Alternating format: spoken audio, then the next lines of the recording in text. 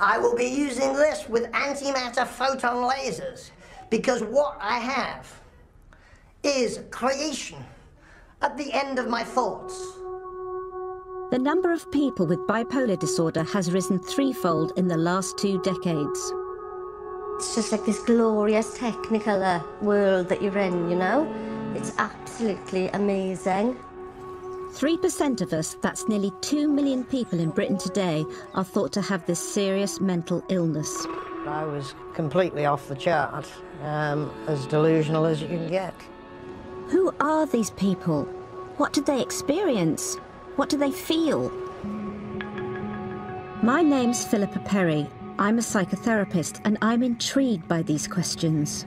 I wonder whether there was any trauma or anything. No, zero. Zero. Zero. Why are so many of us now diagnosed with bipolar? Genetics, brain chemistry and life experience are all thought to play a part in the disorder. But according to the NHS, the exact causes are unknown. How do we pull apart environmental factors and genetic factors? I think that's the real challenge. I want to get inside the minds of those living with extremes of manic highs. Marble waterfall, 100 feet tall there, coming all the way down, going down in those directions. And suicidal lows. Do you just want to die? Yeah. Just want to face the wall and die? What clues can be found in the lives of those living with the disorder? Love you, Mama. And can a single and relatively recent label really explain the range of symptoms experienced by 2 million people? You feel like your life's in danger, don't you? You've told me that.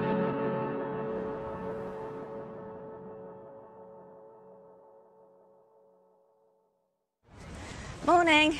Good morning.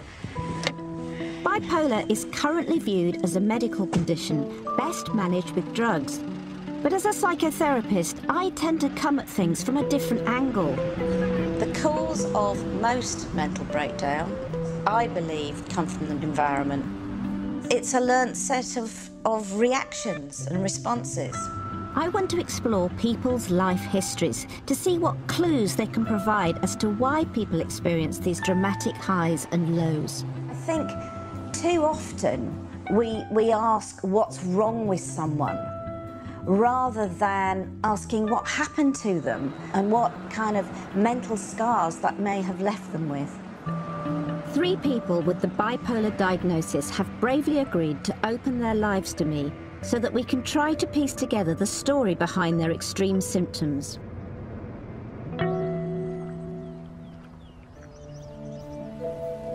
"54-year-old entrepreneur Paul was diagnosed with bipolar type 1 just 10 years ago.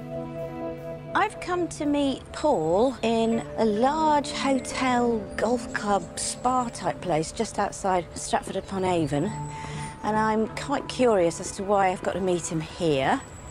But here I am. People with bipolar 1, formerly known as manic depression, experience deep depressions and extreme highs called manias that often involve completely losing touch with reality. I need to understand how it affects Paul, and so, after consultation with his psychiatrist and social worker, I'm meeting him while he's in a mania. Are you Paul? I am. Hi, I've been looking for you. Why did you want to meet here? It's a beautiful spot. Well, when I came here, I said the one place that I'm going to own as my home is what I've always called Time Castle. And naturally, the day I take over, we're going to put Time Castle where it's supposed to be, at the centre of everything that happens on planet Earth. While manic, Paul spent hundreds of thousands of pounds on fanciful schemes. He's also been taken into mental institutions for his own care. Suite number 133 is on the end. Yeah. That shall be my suite. Yeah. In the counter suite, most magnificent suite, here will be Moses and the resurrection of Moses and his family, and the Isa resurrection of Jesus Christ and his family in the back end, Solomon in the middle. Paul's delusions might appear random, but I'm already noticing they all seem to point in the same direction. In this state, he's seeing himself as special, divine even. And that's where I'll have the Pope stay when he's here, Vladimir Putin and Wen Jiabao in those others. So, who's told you you've got bipolar, Paul? Every psychiatrist that I've met, I've been labelled as being something that I'm nowhere near. My so-called bipolar disorder doesn't exist. I'm infinipolar. I see the whole of the moon, but the moment I step out of the box, mental institution or jail cell. What's feeding Paul's delusions? I wonder what happened, whether there was any trauma or anything. No, not at all. No trauma before you had your first Zero. episode? Zero. Zero. Zero. Did Paul's bipolar really just appear one day? Can I have a bit more history about your life? Yes. Have you ever had any drugs? I've tried most things in my time. Yes, of course. When I say I have bipolar disorder, I simplify it, saying, no, I don't have bipolar disorder. I have a split personality. I'm Paul and I'm Yah. There's nothing in between. It's not bipolar disorder. I'm Paul or I'm Yah. Yah sounds like a god, just the name to me. Yes. You're the greatest mind there's ever been, and mine is.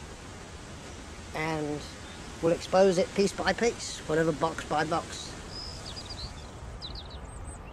I've just met Paul, and he seems to have a different reality to most other people.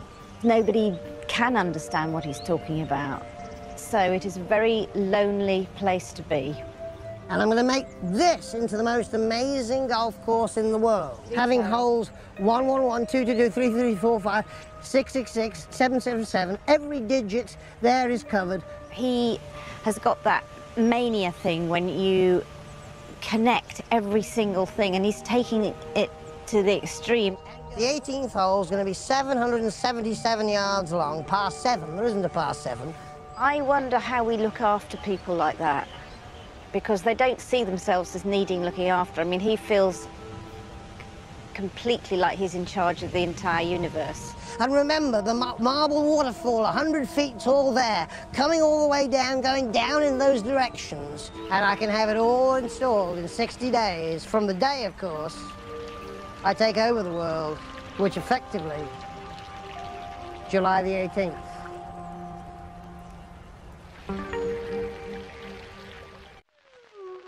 Before the 19th century, manias and depressions were seen as separate afflictions. But doctors began to realise that some people suffer both extreme highs and suicidal lows. In the early 20th century, the term manic depression was coined. It was seen as a biological illness, and in an era before psychiatric drugs, patients were typically treated in asylums. A sponge rubber gag is carefully inserted to protect teeth, gums and tongue. And by the 1980s, the term bipolar disorder replaced manic depression. Since then, the definition of the disorder has expanded. In the UK, 2 main types are now recognised. I've met one person living with bipolar type 1. But what about type 2? It's 3 a.m. in South Wales, and 43-year-old Sian is baking carrot cake. I get really... feels like my skin is crawling. Sian has intense highs called hypomanias. She's suffered extreme mood swings all her adult life, but has only recently been diagnosed with bipolar type 2. It's got better since I changed medication, but it never goes away. So I have a constant internal dialogue. So I actually hear my thoughts in my head. People with bipolar type 2 experience highs and lows, but delusional symptoms are rare. Steve started to notice that I was behaving different to usual. Gardening in the middle of the night in pouring rain. A few weeks later, and Sian has come down from her hypomania. During the last year, she's also been through long bouts of depression and has attempted suicide 3 times. Hi, Hello. I'm Philippa. I'm Sian. How do you do? Hello. I want to know how Sian experiences her symptoms. You've hurt your ankle. Yes. I snapped it, I have. A snap? Yeah. Actually, when I did it, I was really manic. Were you? Yeah. And I was absolutely delighted. Euphoric. Because? Because I broke my ankle. I never broken my ankle before. Ha! Like taking photos, posting it on Facebook. Look at my leg. Sian's hypomanias sound like they involve obsessive behaviour. Everything tastes better, smells better. Everything is far sort of... All the colours are more vivid. Yeah. And that it's just like this glorious Technicolor world that you're in, you know? It's absolutely amazing. Sounds great. It is. It's a lot of fun until I crash. For me, obsessive behaviour is often a clue to troubled feelings that the obsession is blocking out. My depression episodes, you just want to die. Yeah. Just want to face the wall and die. It's just... It's horrible. I get waves, you know, and I just think I can remember Steve sitting there with the tears rolling down his face. Goodness, you've had a really rough last 12 months, haven't you? We've been talking about your bipolar, and I wonder if there was anything in the environment, you know, was there trauma in your childhood or... Yeah, I'm really sorry. No. Nothing? No. Nothing at all. I mean, I've been racking my brains for a good 20-odd years, maybe more, 30 years. And I just think I had all the crap genes, the wild ones, you know? Unlike Paul, Sian isn't delusional, but I've noticed that they both see their extreme impulses as being beyond their control. That's something I want to explore further. Right now, though, I want to meet Sian's partner, Steve, and sons, Jesse and Taron. Best way to describe it is a roller coaster. It's worrying. Worrying because, especially when I was going to work, you don't know what you're coming home to. So whether that's whether she's depressed or when she's hyper, Sian's mood will dictate to how the mood is in the house. Yeah. It's as if there's 2 different people in there. Yeah. It's like there's a switch. It's sort of like demoralising, I guess, because if she's again responsive, it sort of brings your mood down a bit as well. It rubs off on you, sort of. Yeah. When you see things a bit more clearly, then, I mean, the guilt comes and, you know, to the point where I worry if it is genetic, which one of my boys is going to have bipolar, which one of my boys is going to have to go through this.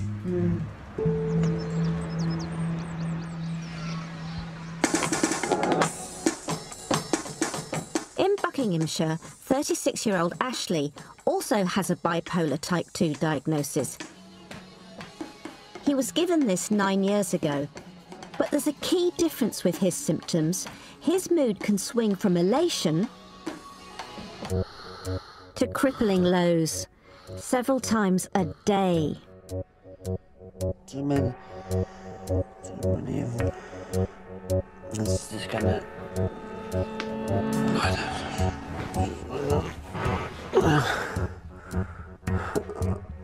In these depressed spells, he's unable to move or even form words. I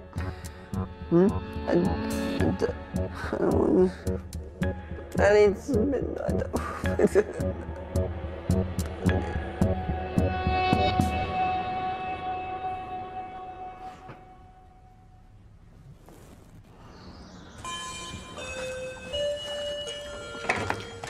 Hi, Ashley. Hello there. I'm Philippa. Hi, how are you? Pleased to meet you. Not too bad at all.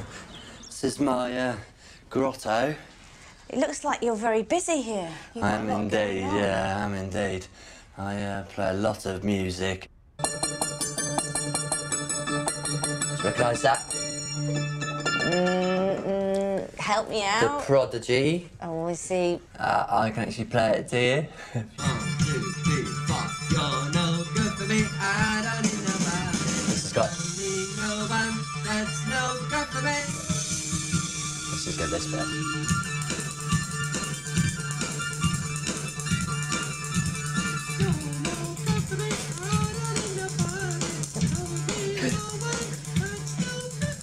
As we listen to his recording, I can see Ashley's mood soar. Actually, you know, this has made me feel really high doing all this. It's really just showing you your reaction to it. Now, that brings me to another point, because if your reaction was, you know, some negative thing, then I could go into a negative spiral, and this really does sum up my condition. Ashley's told me he's been taking antipsychotic drugs since he was 8. He's currently on a range of medication. I want to know more. I've got diazepam when I need to calm myself down a bit. How long have you had those? Quite a long time now. And also I take Prozac as well for my depression. How long have you been on that one? A long time as well. What, years and years and years? Yeah. Yeah, it's sending me down again. You can tell, can't you? I'm taken aback by the sudden change in Ashley's mood.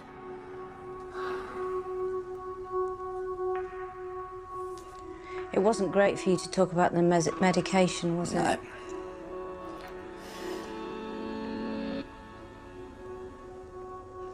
Do you want to talk to me about what's going on? Yeah, I would actually, yeah. That's it. What are you experiencing right now, Ashley?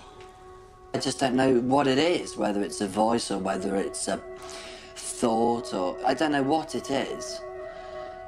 But when I'm... quiet. When I'm quiet, you know, it's like it keeps going. It keeps going. Yeah, You're narrative. quiet, but there's a voice that keeps going, yeah. Dialogue. You know what's going through my mind? Sorry. It's just been difficult. Ashley's rapid cycle of emotions would be hard for anyone to deal with, but it strikes me how talking even a little seemed to help him. For the most part, though, he's dealing with his symptoms alone. He seems to be on a tightrope of sort of ecstasy and agony, really. It's such a narrow rope he seems to have to walk on. I don't know quite what's going on, and I've got more questions than answers, really.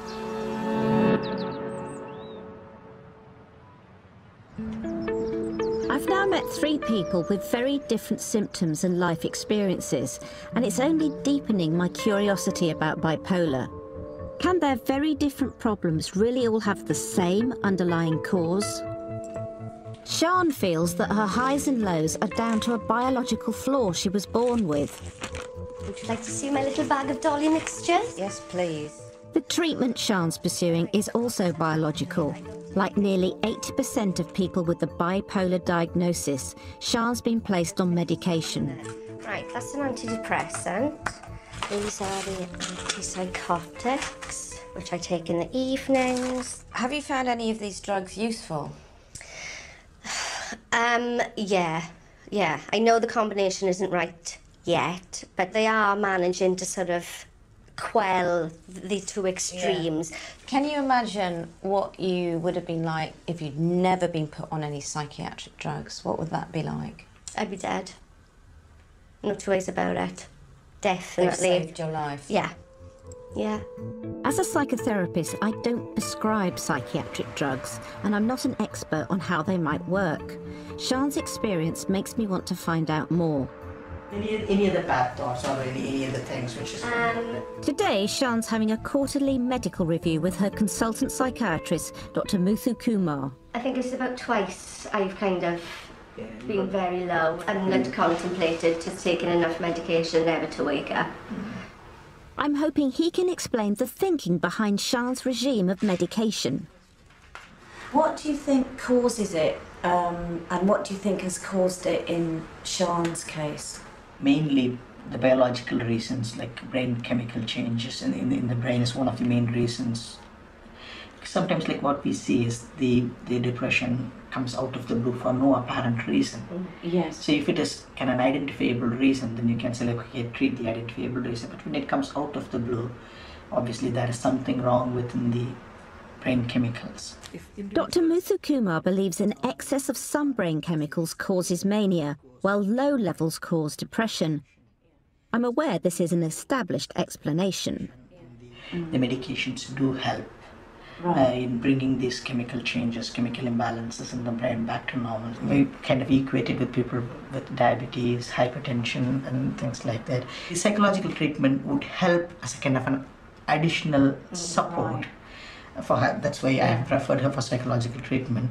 But I feel that medication management is the mainstay. But if the key to managing Sian's bipolar is balancing her brain chemicals with drugs, then it's a real challenge to my growing suspicion that the symptoms each person develops are a result of their life experiences. Till next time, bye. Take care, and you. To investigate further, I'm heading to University College London to meet Dr. Joanna Moncrief. A practicing psychiatrist, she prescribes drugs for bipolar patients. Oh, hello. Hello, Hi. Hello. But after extensive academic research, Dr. Moncrief has formed a very different view about how they work and when they're useful. I've been told that bipolar is caused by a chemical imbalance, and I wondered what you think of that. This has become a very well-established idea over the last few years. Actually, there really is no evidence that bipolar disorder is caused by a chemical imbalance. There's not even an agreement about what chemical might be involved in bipolar disorder. So if these drugs don't work by correcting a chemical imbalance, how do they work? It's much more likely, in my view, that these drugs are working because they are mind-altering substances in their own right. Most of them are sedating, so they work well in calming someone down, and some of them also dampen down emotions. I've talked to some people with bipolar, and I asked one, where would you be now without your drugs? And she says, I would be dead. It may be that people are using sedatives to try and block out their feelings. Right. Now, I'm not saying that's wrong. Maybe that's necessary for some people, but I think in the long term, that's probably not a good way to deal with feelings that you can't tolerate. So that's suggesting that although the drugs might provide some temporary relief, they don't actually cure anything. Yeah. That's a surprise to me. It seems that the drugs used for bipolar can be useful, but this doesn't prove the disorder has an underlying biological basis.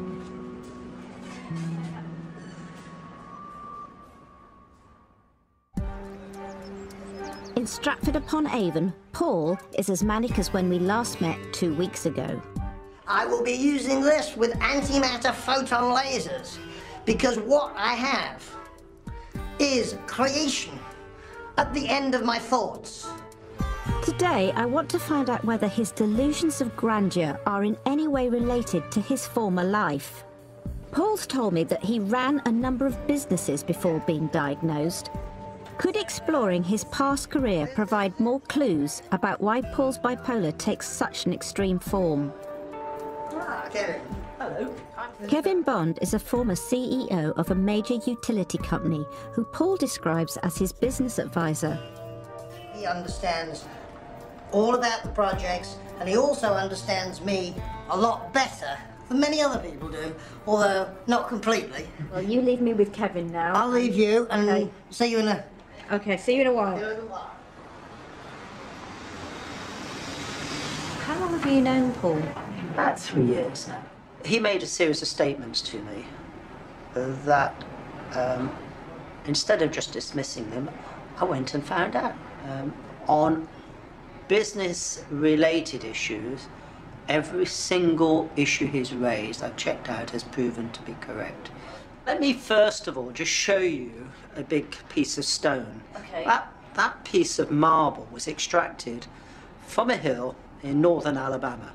That is part of about 1.6 billion cubic feet that is known to exist in that location. And who owns it? Interestingly, a person called Paul Downing. The picture's becoming clearer. I've already noticed that Paul's manias involve powerful feelings of self-belief. Learning that he actually was a multimillionaire, I now want to explore this connection further. Well, this is Philip, but she's come to talk to us. Back at his home, I meet another key figure in Paul's life. Love you, Mama. His mother, Irene. Is he your only child? Yes, it took me 11 years to have him. We thought we'd win the pools. He was a treasure. Irene and Stanley, Paul's late father, were determined that Paul would be a success. My dad spent a lot of time with him, teaching him to play golf. There you are.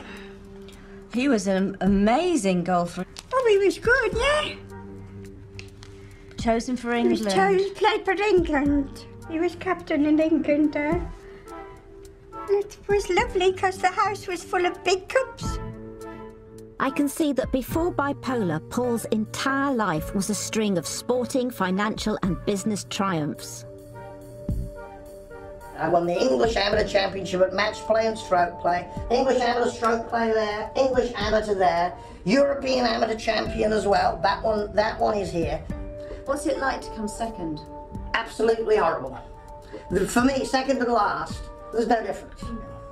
If you're second or if you're last, what does that mean to someone as a person? When I was playing golf, it would tear me up for... I could finish second in a tournament and it would take me 3 days of depression to get over finishing second. And I would be practicing 8 hours a day, 7 days a week. And if you didn't win all the cups, and if you weren't the best intellect in the world, yes, then what would you be? I wouldn't want to live. I wouldn't want to exist. You wouldn't want to exist unless you were the best? Absolutely not. If coming second is worse than death, I'm beginning to see how unconsciously your mind might go to extremes to shield you from that fate. Could the purpose of Paul's belief that he's God be to protect him from the pain of not always being the best? I don't mean that's a conscious decision for the mania takes over. I think it's a sort of survival mechanism. But what happens when those feelings of being all-powerful disappear? To understand more, I want to meet Paul once his delusions have subsided. Sian has come to believe that her extreme moods have a simple explanation. She was born with bipolar genes. Hello. Hiya. Today we've come to Cardiff University to explore this biological theory. Here, a pioneering project has analysed the DNA of over 6,000 people. What are you hoping to learn about your genes? That they're not crazy. That's all I want. I'm really worried that one of the boys is going to end up with bipolar and that I've passed it on to my children. I'd be devastated. My hunch has been that Sian's ideas about her genes are too simplistic. I'm hoping that leading bipolar expert, Professor Ian Jones, can put them in some scientific context. The boys' chances of developing bipolar increased because I have bipolar. It's not a genetic condition as if there is a gene for bipolar disorder. What we know is that there are many, probably many hundreds, even thousands of different genes that are involved in increasing or decreasing the risk. If one parent has bipolar disorder, we know that their children have about a 1 in 10 risk of suffering with the illness. But on the other hand, they're at a 9 out of 10 chance of not having bipolar disorder over their lifetime. So the good news is actually still the chances are children won't have bipolar illness. That's a lot better than I thought, actually. Good. Yeah, good. That's quite comforting to know. It's good news for Sian, but it does make me wonder how certain we can be about the exact role of genes in the disorder. How can we pull apart environmental factors and genetic factors? I think that's the real challenge going forward, because environmental factors are also really key. Because environmental factors are passed on. You know, we learn how to self-regulate by how our parents self-regulate. So we'll learn their patterns of being and behaving. The evidence that we have from countless studies in family, twin, adoption studies, and the fact that the genetic studies now that we're doing are coming up with very strong and well-replicated evidence of particular genetic factors that influence vulnerability to bipolar disorder suggests that the hypothesis that it could be 100% environmental, you'd have to reject, actually. So that's a no, then? It's a no. It's a very long, very complex no. Today, I've had to revise my views. It seems that some genetic combinations may make you more sensitive to the knocks you experience in life. I very reluctantly have to take on board the fact that genes may well have a determining factor into whether somebody develops bipolar or not. But Sian has a much greater and more personal challenge. She has to accept that her genes are not the whole story. What's happened to her and how she's adapted may also be crucial.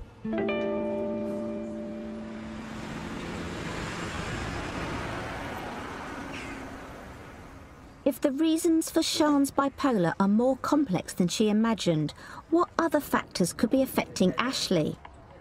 Meeting his dad, John, and mum, Alison, gives me the chance to find out more about Ashley's life history.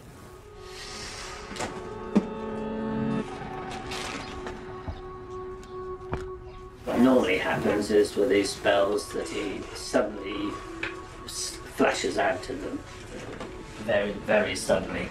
And that's been the case with them from the beginning. How long has he had them?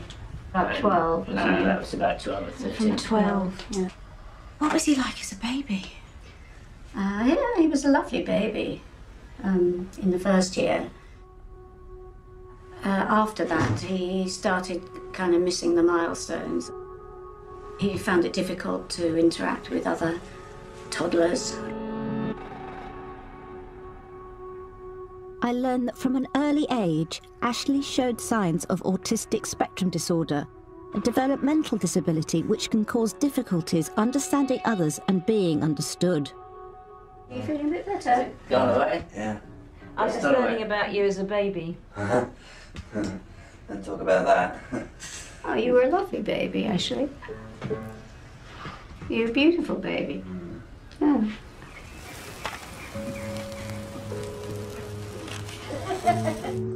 When you were at school, Ashley, did anyone sort of know what it was like for you? Did anybody understand? No. Unfortunately, he was bullied a lot at school. I don't think he didn't always tell us about all of it. But I mean, really quite badly bullied, kind of injured and that sort of thing. And then we got to the stage where he was escaping from school. Yeah, it was a very hard time, actually. I think that he kind of bottled up all the upset and the frustration, and you've got more kind of unhappy as the years have gone by, and you feel like your life's in danger, don't you? You've told me that. To be honest with you, it just begins the thoughts even now, you know. It goes through my head. Much of Ashley's condition remains a mystery to me, but it's becoming clearer that difficult life experiences could be playing a part. Perhaps in each depressive spell, he's reliving aspects of his trauma over and over again.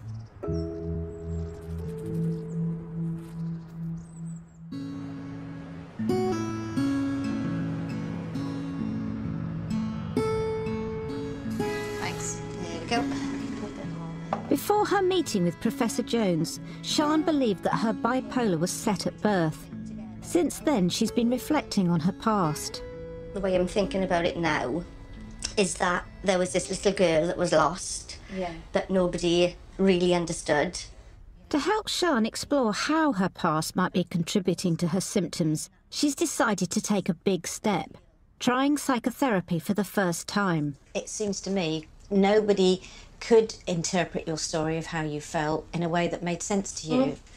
So there remained some dots that weren't joined up. And they've fragmented, you know? Fragmented, and they're still not joined up. No. I've got to sort of take a bit of a leap of faith, I think, to be able to sort of really be open to change, and that terrifies me. With her psychotherapist, she'll be looking for new ways to make sense of her life and manage her feelings. Okay, look, good luck, and I'll see you when you come out, and I hope it goes well. Okay? Okay, thank you. Okay.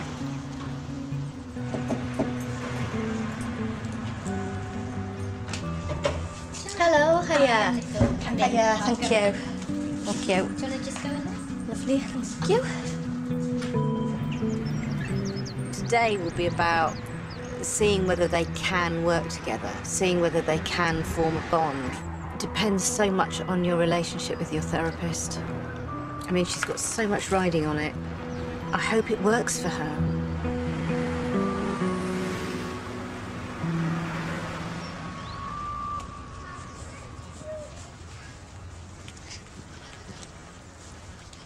How'd it go? Oh, she was great. Oh, that's really, really great.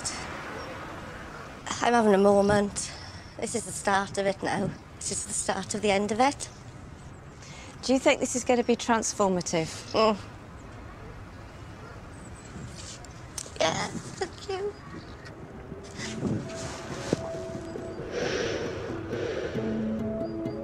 It's been a long time coming. You know, the trouble with the I've got bipolar, it's a disease, or I've got bipolar, it's genetic, it closes down the whole exploration of what might be happening or what happened. I think she's beginning to see that she has got a choice, however difficult it is. I hope she gets her emotions to work for her, rather than her being the slave to her emotion. In Buckinghamshire, Ashley has also recently experimented with a new type of therapy.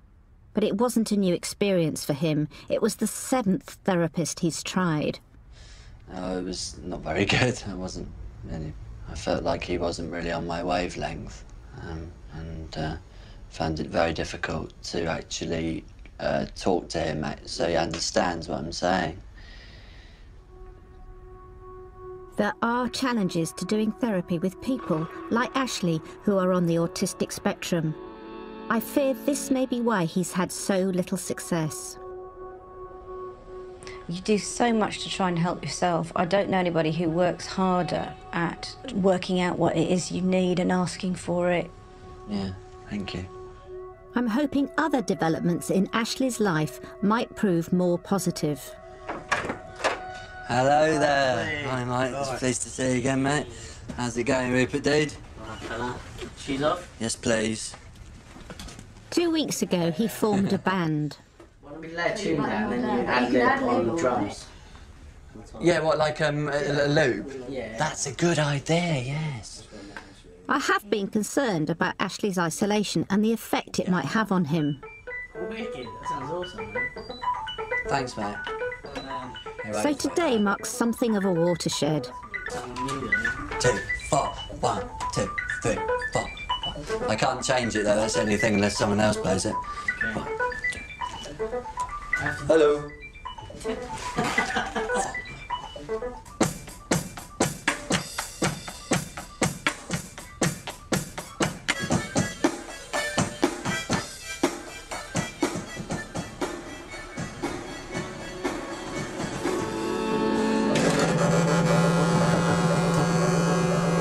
I'm sorry, this is what's going to happen, isn't it? I knew it would. I knew it bleeding would as well. I just... God almighty. Sorry, Philip, I really am sorry. I cannot apologise more. I can't... I can't... I just don't know what to do. Just don't know what to do. Over the next 10 minutes, Ashley fights to stop his negative thoughts spiralling into a paralysing depressive spell.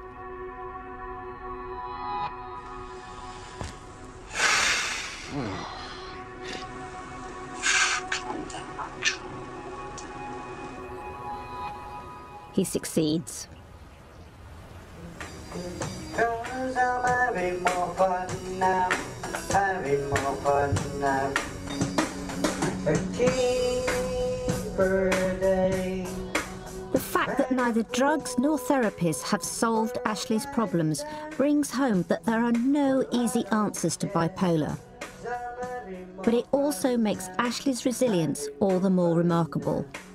He tries his hardest to keep himself calm, and a lot of the time he manages it, and he needs to give himself credit for managing it. This is 80, prog rock. I mean, what was uplifting about today is that his friends appear to accept him and accept his mood swings and don't seem particularly fazed by them, and I think that's a great thing. Might give Ashley some sort of maintenance to help him feel better about the fact that he does have these symptoms. Cool, man. Cool, man.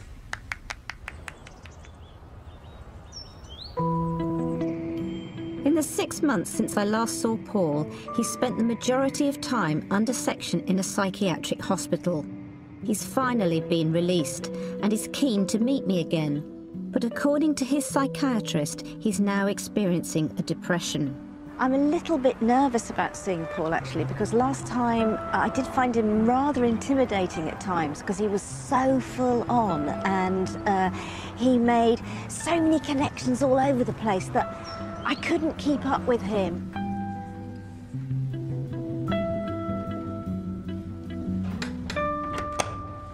Hi, Paul. Hello. Hi, good to see you You again. too. Come on in. A little bit different this time, I think. Are you? I want to show Paul some of the footage we filmed together in the summer. And that's where I'll have the Pope stay when he's here, Vladimir Putin and when she's bound. How did you feel about watching yourself? Well, I was completely off the chart, as delusional as you can get. What I felt at the time of recording was it was so hard to try and sort of... Well, you couldn't ask me any questions No. that made any sense because I was living in my own delusional world, and you were trying to ask real world questions. I think there's a point here. That's where I'd redesign the golf course. That's right. When I last saw you, you were definitely in a mania. Yes. What does that feel like? Does it feel good? It feels absolutely fantastic. Whatever you want to happen will happen. And that you can do no wrong, and everything is going to work exactly as you want, even absolutely ludicrous things. I think one thing that exacerbated everything is I had a form of legal high. You were chain smoking. Yes. These odd cigarettes. Well, they weren't cigarettes. Virtually nobody has ever been as high as and delusional as I've been. You're even the best at that. I've certainly gone higher than anybody else, I think. But of course that means you go lower than anybody else too. And how are you feeling? Well, I'm down. But I'm bouncing back a little bit as I'm beginning to get involved in sorting out the business activities. Yeah. What will Paul make of my theory about the possible cause of his manias? You were an only child, so you weren't like one of the kids. So you didn't have that way of being average, if you like. And then because you're a golf champion and then a really very, very successful businessman, you never had any practice at just being another person. That's definitely true, that part. And so if something did go a bit wrong, then you hadn't got the ways and means or the practice of coping with that. So maybe your brain then just switches into the mania, so you don't have to face disappointment or... That's a possibility, in conjunction with the legal highs that have accelerated that to an incredible degree. A few years ago, they arranged appointments with a psychologist. What he said to me was that he spends virtually all of his time convincing people that it's okay to be average. And of course, I've always rebelled against that and tried to excel in what I've done. Paul is undoubtedly a lot more sane than when I met him earlier. He's not deluded anymore, but I do notice even in his sanity, he has this all or nothing thinking going on. I'm either the best or I'm the worst. I'm more depressed than anyone else. I'm higher than anyone else. Paul's beginning to see that there are patterns to his way of thinking. If he could work on that, I feel it might help him manage his manias in the future. He describes his current depression as being circumstantial because he's at home looking after his mother and he's not achieving anything, he's not got any net worth. And I think that's sad, because I think he is valuable. The people I've met all have their highs and lows and obviously suffer great distress. But I'm wondering how useful the bipolar diagnosis is, because they're all so different. I feel it might be more helpful to approach everyone as individuals with unique issues. Because although being labelled bipolar may help some people make sense of their moods, it too often marks the end of self-exploration, when in fact it should really be the beginning. Support information for the issues raised can be found online. Go to channel4.com/support. On the way next tonight, what makes 1 in 4 of us get inked? Telling a life through body art. My tattoo addiction.